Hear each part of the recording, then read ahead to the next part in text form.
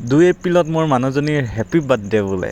তাৰ বাবেহে মই তাইক নজনাকৈ সৰু হোৱা এটা ছাৰপ্ৰাইজ গিফ্ট দিম বুলি ভাবি আজি আগতীয়াকৈ মই পাৰ্চেলটো এয়া পালেহি।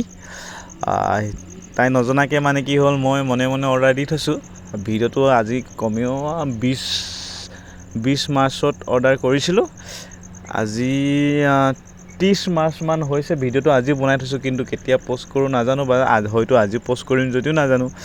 মনে মনে মানে অৰ্ডাৰ দি থৈ দিছোঁ। নেদেখাওঁ মানে কি হয় নেদেখাওঁ। ভিডিঅ'টো প'ষ্ট কৰিম যদিও মানে কি হ'ল, প'ষ্ট কৰিম নে নকৰিম নাজানো, বাট ভিডিঅ'টো বনাই থৈছোঁ। তাইক মানে কি হ'ল ছাৰপ্ৰাইজ দিবৰ কাৰণে। তাইৰ ছাৰপ্ৰাইজ মানে গিফ্টটো দেখি কেনেকুৱা কি আচৰিত হয় নাজানো। সিমান ডাঙৰো নহয়, মানে মনৰ পৰা দিছোঁ যেতিয়া ডাঙৰ সৰু গিফ্ট বোলা বস্তুটো সিমান কিবা কিবি কৈ যে নাজানিছোৱে ক'বৰ কাৰণে। বাকী যি কি নহওক, মানে কি হ'ল পালেহি।